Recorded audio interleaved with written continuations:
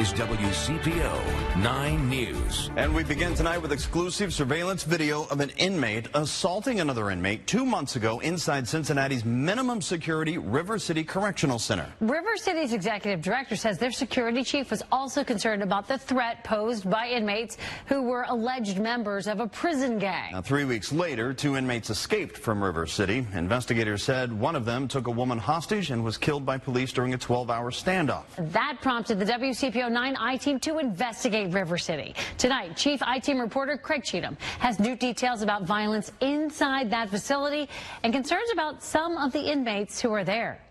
Craig? Tanya, we filed a public records request for that video. River City's executive director told us he didn't have it and that it wasn't in their system. So we asked him if someone else could have saved it. After that, he said his security chief found it saved on his computer.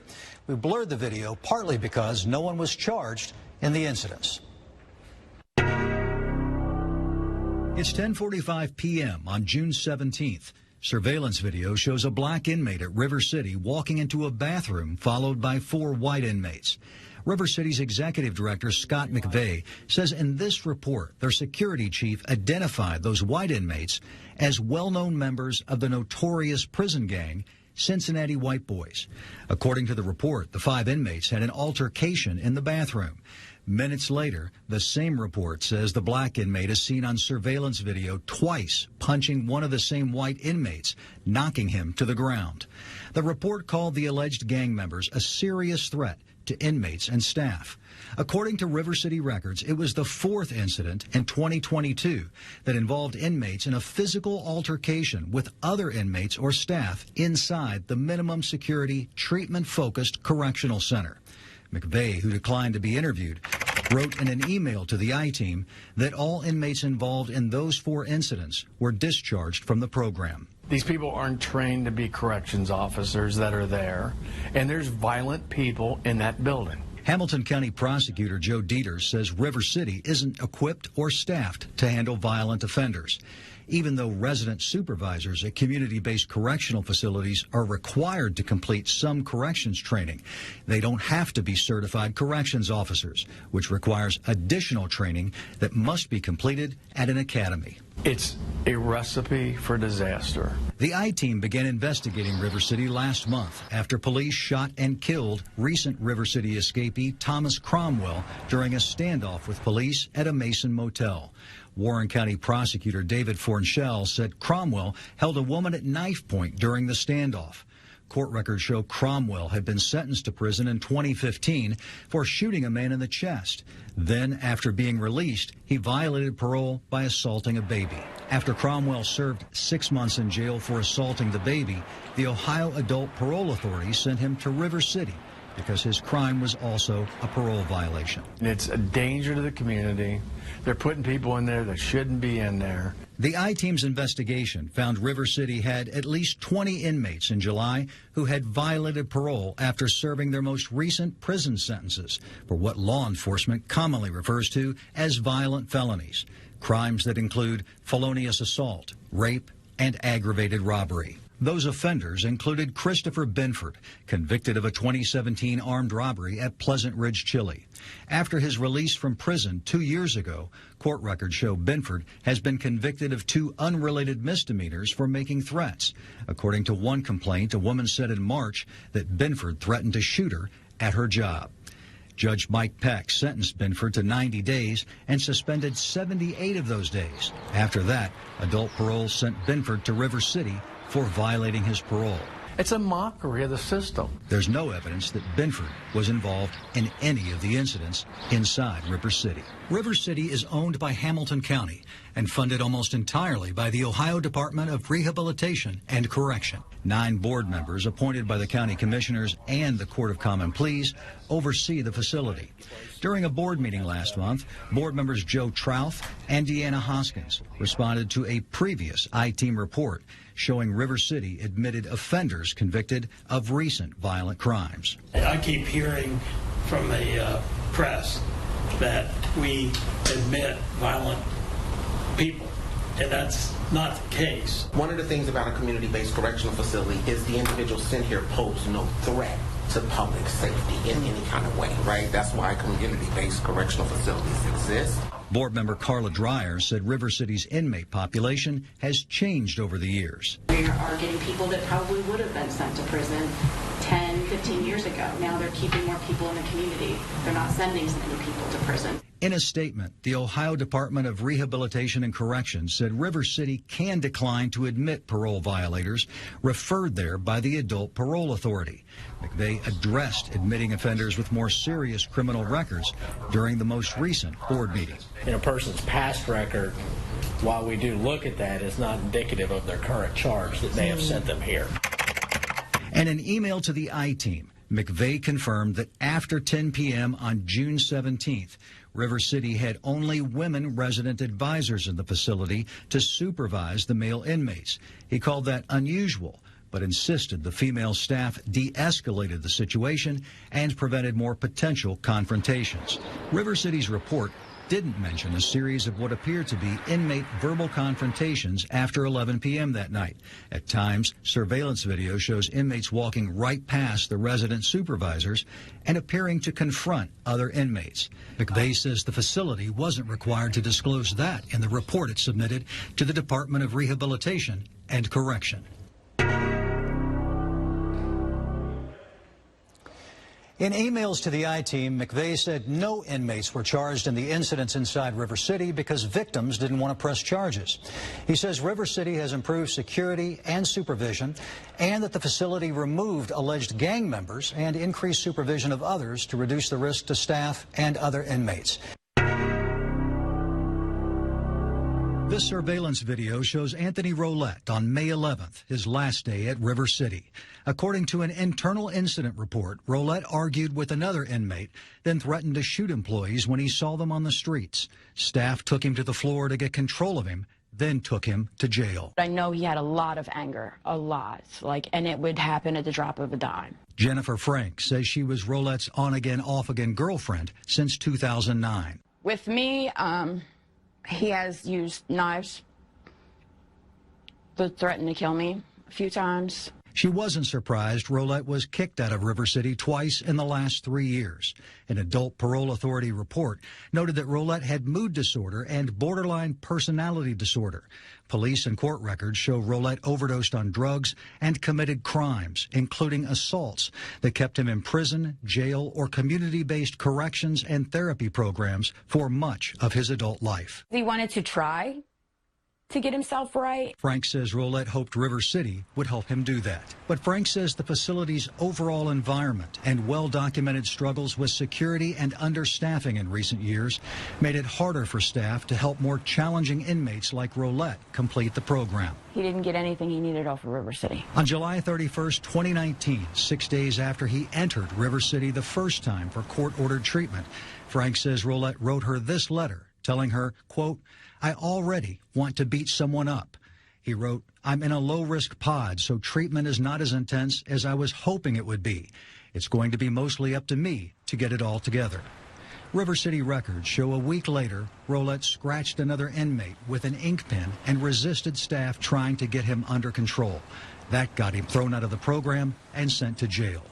Judge Elizabeth Callan ordered him to complete a different treatment program or she would send him back to prison. After his release from jail, Rolette faced new charges. He appeared to be capable to be a productive citizen. Reading Police Chief Brian Eden says his officers had many run-ins with Rolette. There's nothing you can do to help that person until they are ready to accept it or reach out for it. In April 2021, Rolette set a Reading house on fire. In October, he was charged with aggravated arson and arrested. After that arrest, Rolette was brought here to the Hamilton County Justice Center, where Sheriff's Office records show he overdosed on drugs, was put on suicide watch, fought with corrections officers and other inmates, and was put in a restraint chair 5 times. On January 20th, he told a deputy that he couldn't have a cellmate due to his psychological state. In February 2022, Judge Megan Shanahan sentenced him to 5 years of community control and ordered him to complete River City's 180-day residential program.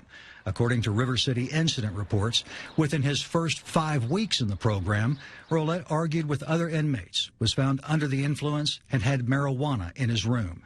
Then there was the final incident on May 11th. Rolette argued with an inmate, threatened to shoot staff, and then got physical with them. River City discharged Rolette from the program again and transferred him to jail again.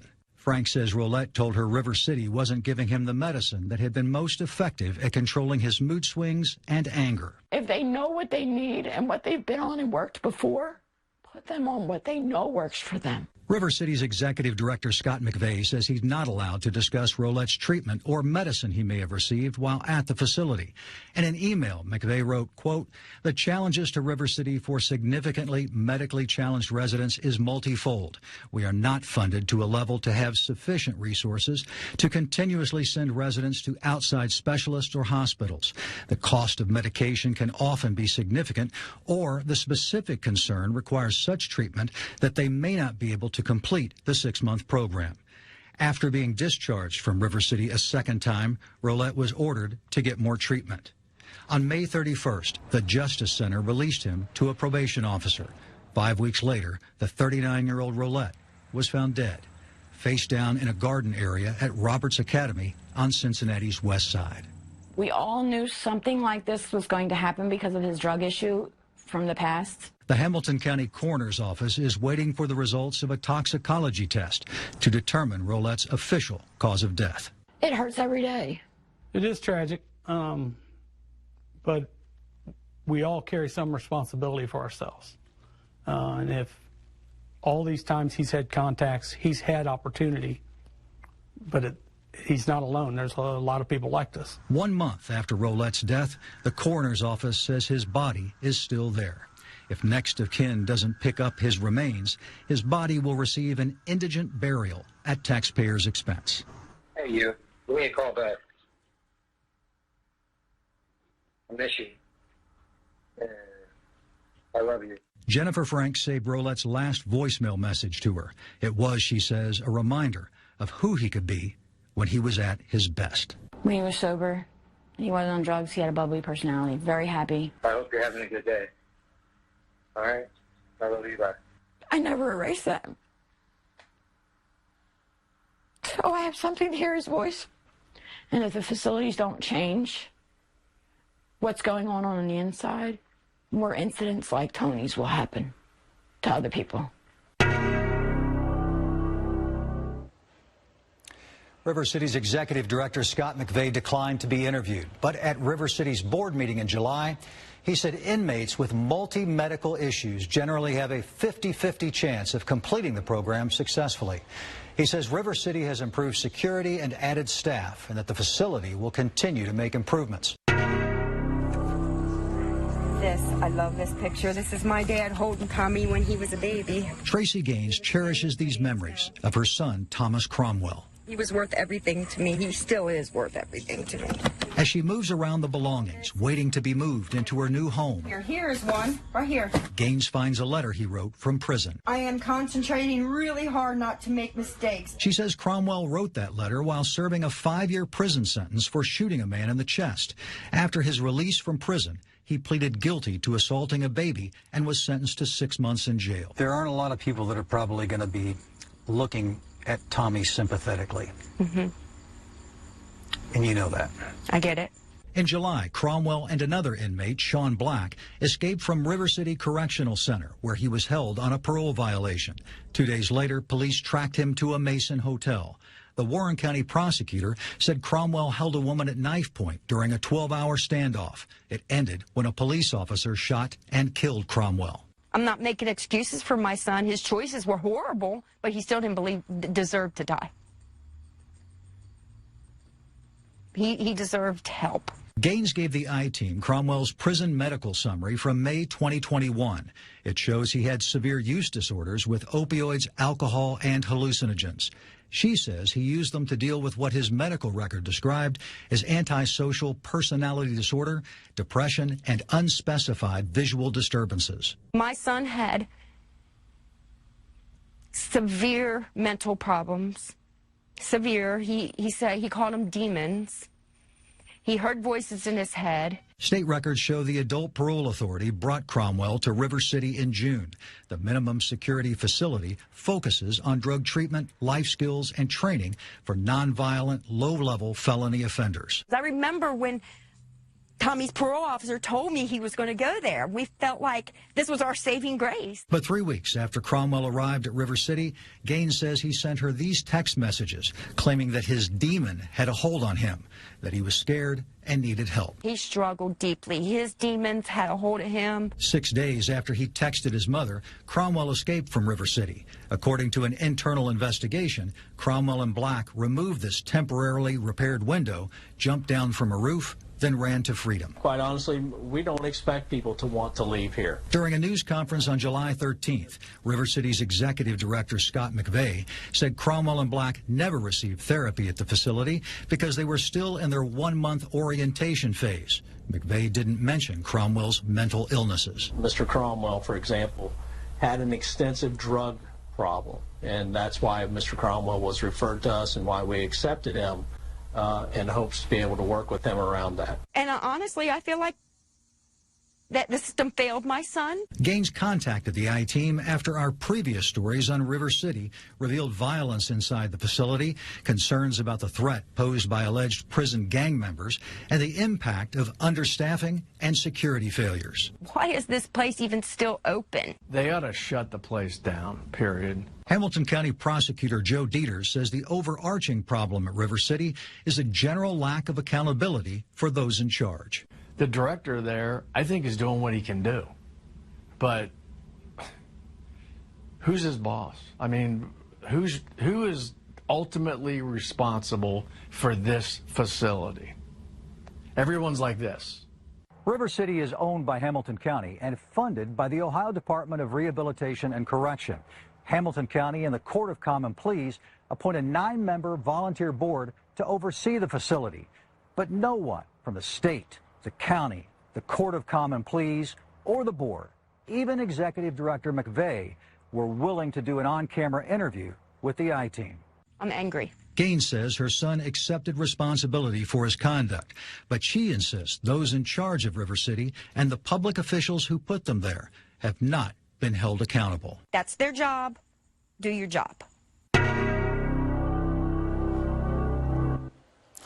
River City's internal investigation found that 3 employees failed to do required security and inmate checks after Cromwell and Black escaped. The investigation found that 1 employee also failed to promptly notify police about the escape. The employee who was on probationary status was, quote, removed. A 2nd employee was suspended for 1 day. A 3rd employee was given undisclosed discipline.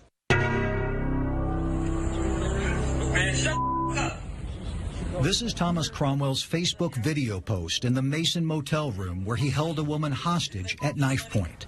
Do you think this is funny? Do you think it's funny? It happened in July, 2 days after he and another inmate removed a dorm window at the minimum security River City Correctional Center and escaped. State records show River City was designed for low-level nonviolent offenders needing drug or alcohol treatment. Court records show Cromwell had been convicted of shooting a man and assaulting a baby while under parole supervision. His medical records show he had several mental illnesses, hallucinations, and had attempted suicide. Tommy, yeah, we got everything together. As a police negotiator talked with Cromwell for the last time, SWAT officers were seconds away from entering his motel room. We got your Newports. We got cheese. You got a dog warden out there? Officers and Cromwell's victim say the 12-hour-long standoff ended when an officer shot and killed Cromwell while he held a knife to the woman's throat. My son mattered. He deserved help. Cromwell's mother, Tracy Gaines, believed he would get that help at River City. but she was wrong. River City's executive director, Scott McVeigh, said even though Cromwell was there for nearly a month, he was still in the orientation phase. That meant he hadn't received treatment. Everybody has the agenda in front of them, I presume.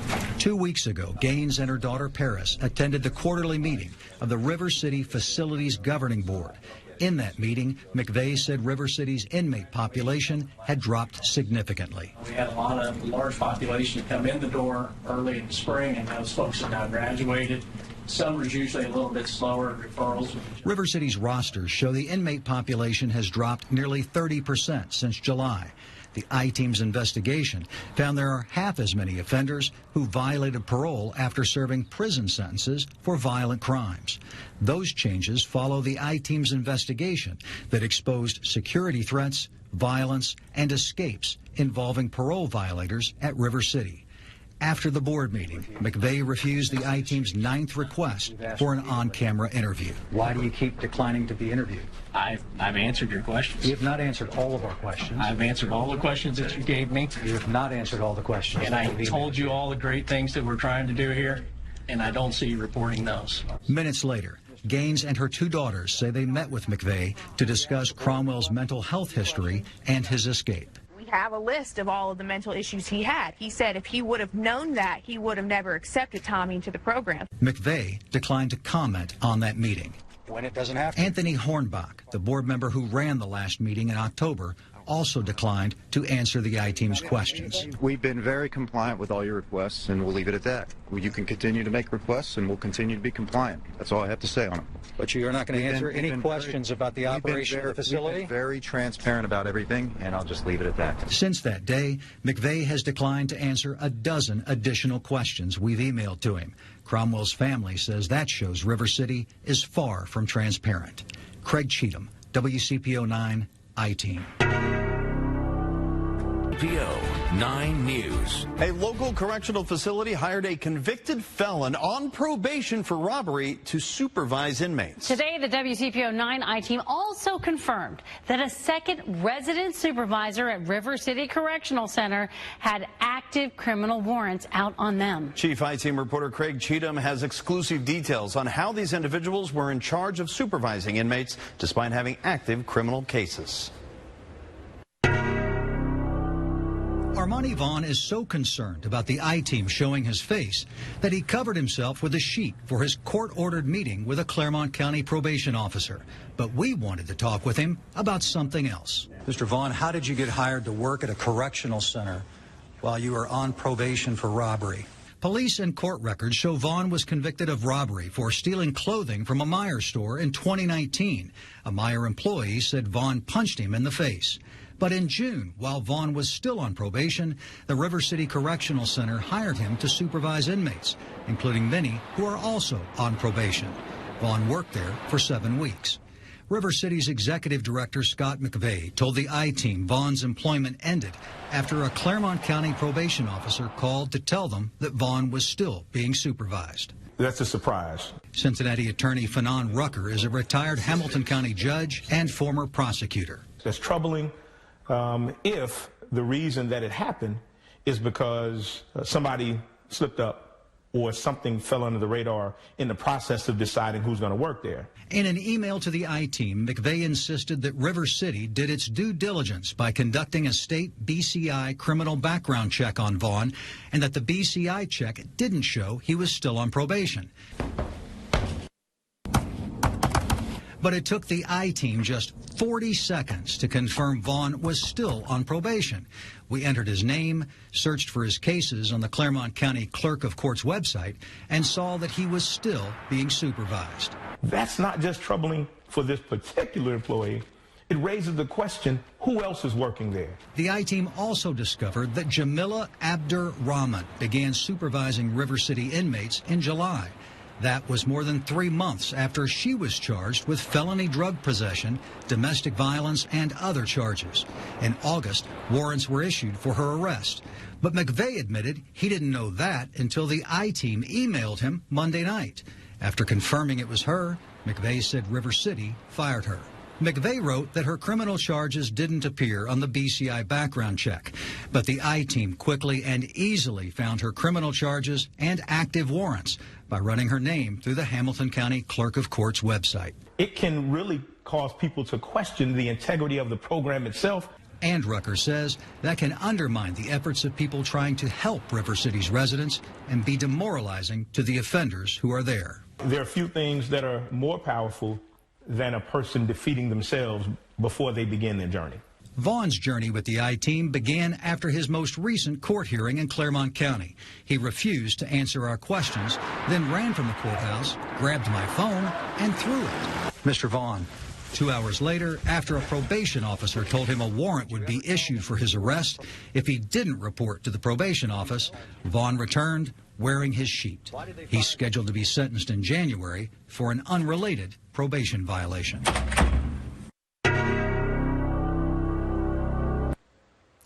In his email to the I-team, River City's executive director, Scott McVeigh, wrote that based on our investigation, River City will change the way it conducts background checks and start doing their own checks of local criminal court cases. The Attorney General's office is checking into McVeigh's claims about information not provided in the BCI database. It was a letdown, honestly. Former River City inmate Danielle Mitchell says problems at the Minimum Security Correctional Center made it harder to get the help she needed. That kind of program is important, but it needs to be ran like it's important, because it's not. Mitchell is a drug offender who is at River City from July through November. Her record shows she successfully completed the program and received a letter of recommendation. My stress has gone from just a little to pure anxiety all the time. Mitchell says she kept this journal at River City to have a record of what happened there. It's very disheartening to feel so helpless in a place where you are supposed to be supported. She wrote that River City was slow to respond to concerns about 2 mentally disturbed inmates. Mitchell also wrote that sometimes there wasn't an inmate supervisor stationed for the entire overnight shift in the women's pod. Did you feel safe there? No. And she says some group therapy sessions started 15 minutes late and ended up to 15 minutes early, even though inmates are required to complete a certain number of program hours. A former River City resident supervisor and 2 ex-inmates confirm Mitchell's claims. River City's executive director, Scott McVeigh, didn't respond to the I-team's request for comment. I think that they need to shut it down, clear it out, reorganize, regroup. They ought to shut the place down, period. 4 months ago, Hamilton County Prosecutor Joe Dieters said conditions at River City created a risk to the community. It's a recipe for disaster. In July, a River City escapee took a woman hostage. A police officer shot and killed him. Since then, the I-team's investigation has examined River City's struggles with high employee turnover, escapes, violence, and incidents involving inmates with histories of serious mental illnesses. We even have a little joke between us residents that the only thing that's consistent at River City is the inconsistency. The I-team also found that River City hired at least 2 inmate supervisors in 2022 who had active felony criminal cases. They no longer work there. That's troubling. Last month, attorney Fanon Rucker, a retired judge, told us that could undermine River City's mission as a community-based correctional facility, focusing on rehabilitating offenders. It can really cause people to question the integrity of the program itself. At River City's October board meeting, McVeigh emphasized what he says are positive changes: more training for employees, more inmates getting one-on-one attention, and increasing the inmates' level of education. Most of them come in between 4th, 5th, and 6th grade level and leave here almost at high school level. But he and members of the River City Facilities Governing Board still refused our latest request to be interviewed. I told you all the great things that we're trying to do here, and I don't see you reporting those. It's whatever they can do to keep their head above water, to keep their doors open, to keep that money coming in. You know, it's not, I don't feel like it's geared towards actually helping, you know, people get the help they need and get back on their feet. The I-team has reviewed hundreds of pages of River City records. A month ago, we requested personnel records for 16 current and former River City employees. We're still waiting for those.